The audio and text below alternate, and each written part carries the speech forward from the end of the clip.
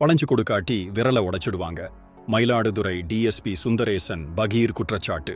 அவர் ஏன் இப்படி சொன்னார்னு தெரிஞ்சுக்கணுமா? மயிலாடுதுறை மதுவிலக்கு டிஎஸ்பி சுந்தரேசன் தன்னோட அலுவலகத்துக்கு காரில் போகாம நடந்தே போன வீடியோ வைரலாச்சு. இத பத்தி அவர் பேசும்போது, நான் 30 வருஷமா காவல்துறையில இருக்கேன். நேர்மையா இருக்கிறதால அதிகாரிகள் என்ன டார்ச்சர் பண்றாங்க, என் வண்டியை புடுங்கிட்டாங்க, 4 மாசமா சம்பளம் போடலன்னு சொன்னாரு. இதுல மிகப்பெரிய திருப்பம் என்னன்னா, உயரதிகாரிகள் லஞ்சம் வாங்குறாங்கன்னும் வெளிப்படையா குற்றம் சாட்டியிருக்கார்.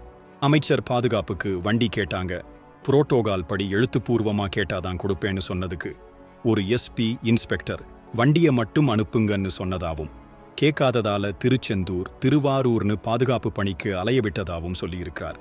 முக்கியமா சில சாராய வியாபாரிகள் வருமானம் பாதிக்கப்பட்டதுனாலதான் இந்த பிரச்சனைன்னு வளைஞ்சு கொடுக்காட்டி விரல உடைச்சிடுவாங்கன்னு உயரதிகாரி சொன்னதாகவும் அதிர்ச்சி கிளப்பியிருக்கிறார்.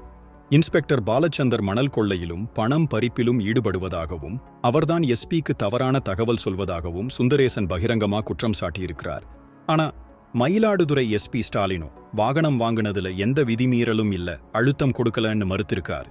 இப்படி ஒரு நேர்மையான அதிகாரிக்கு நடக்கிற அநீதி நம்ம போலீஸ் துறையில உண்மையிலேயே என்ன நடக்குதுங்கிற கேள்வியை எழுப்புது. இந்த அதிகாரிகள் மேல முதலமைச்சர் நடவடிக்கை எடுக்கணும்னு டிஎஸ்பி சுந்தரேசன் கோரிக்கை வச்சிருக்காரு. இந்த விவகாரம் எந்த அளவுக்கு போகும்னு பொறுத்திருந்துதான் பார்க்கணும். உங்க கருத்து என்ன? கமெண்ட்ல சொல்லுங்க.